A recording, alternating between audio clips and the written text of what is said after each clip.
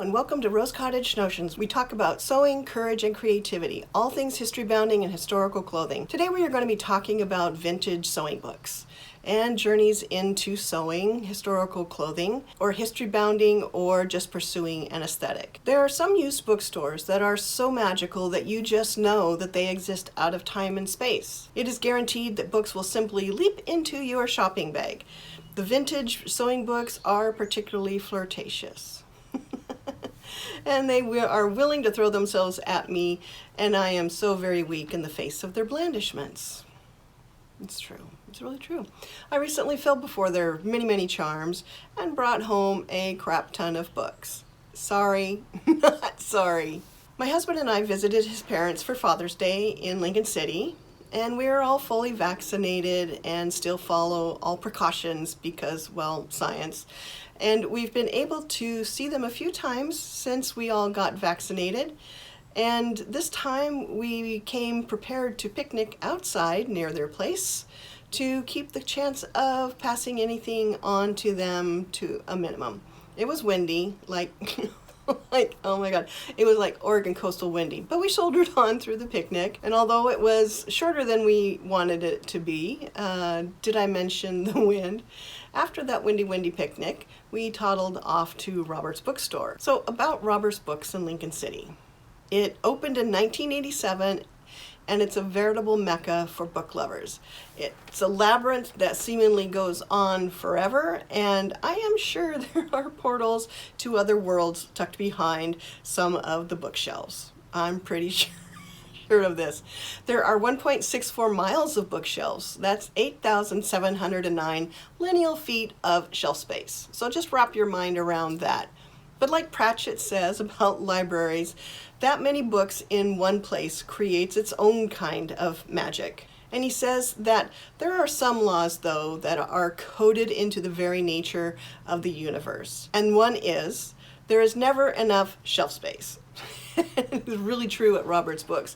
There are the proper stacks of books piled to teetering heights. Books aren't the only attraction to the bookshop, though. Robert has amassed an incredible collection of original book cover illustration art. So my husband mainly goes along with me to spend the time looking at the wonderful pieces in the collection. Whenever I walk into a used bookstore, it's like stepping into little mirrors into other people's lives. Each one of these books were purchased and read and then passed on to the bookstore for the next person to purchase. And someone somewhere is really into, whatever topic it is and has owned books on that topic. Then in time, for whatever reason, they go to a used bookstore and are again picked up and read. This is especially true of vintage sewing books.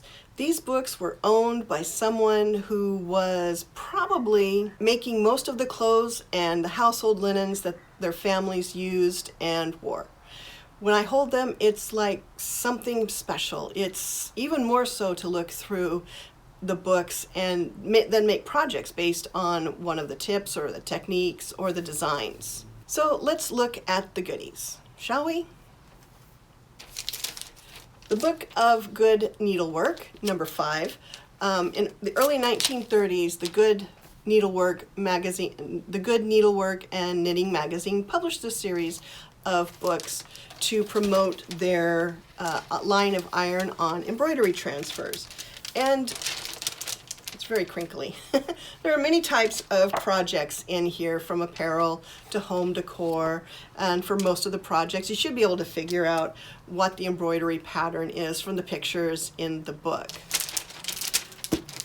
The next book is The Complete Book of Sewing. This book was printed in 1943. It's a book by Constance Talbot, and it covers a wide range of apparel and home decor items. It has an amazing variety of tips and tricks and how-tos so that you can recreate picture-perfect wartime reproductions. The next one is Let's Make Lingerie. Okay, this is a super sweet book. It was self-published back in the 1970s and appears to have, at one point, had patterns to go along with it, but with a little bit of effort, you could easily recreate many of the looks inside. So the next one is this pattern drafting and dressmaking book. I already own several drafting books, but I find that they all show you a little bit of different things. These kinds of books are important to have when you are learning how to sew and to make your own clothes. The whole point is creativity, and you can have total control over your clothes by drafting the patterns yourself. And so this one came with these little fun little measuring tools. So the next one is Every Kind of Smocking. I am a sucker for super fiddly hand sewing techniques, and this book really delivers. Even if you have never done any smocking before, you will find yourself soon making super fiddly clothes for yourself and others. The next one is Couture sewing techniques. Now there's a lot of different editions and versions of this, and this book really belongs on every sewist's bookshelves. You can find them fairly inexpensively at thrift stores, used bookstores, and so this book is really great for beginners with a lot of pictures and illustrations. You can kick up your skills and dive into this book. The real gem that I found here is Textiles in America.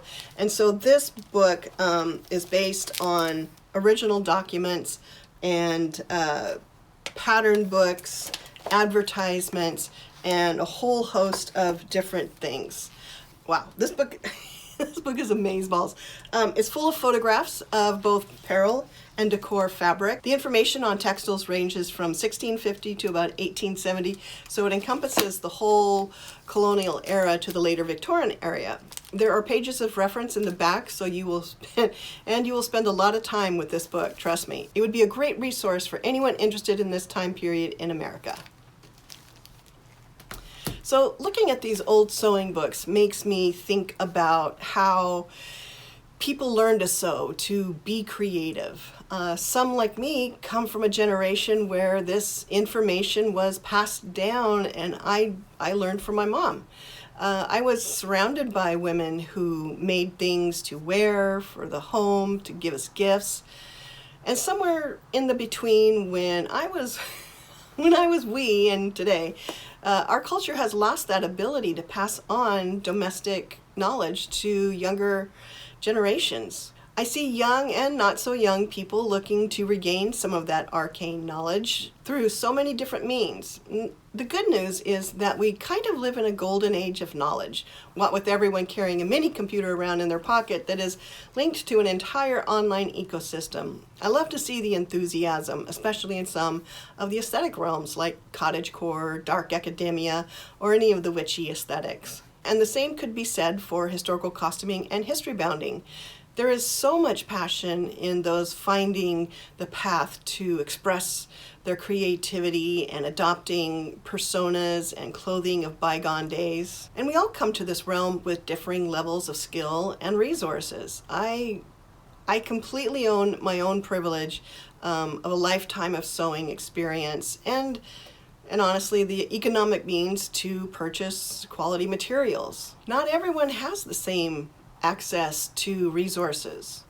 I belong to a Facebook group that is populated with delightful young people really into cottagecore.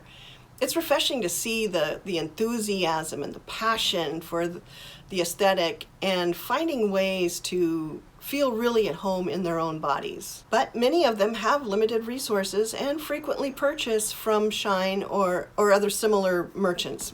But we can't be gatekeepers and limit their joy into their particular geeky passion just because they may not be able to sew well or afford to purchase high-end clothes or materials to sew.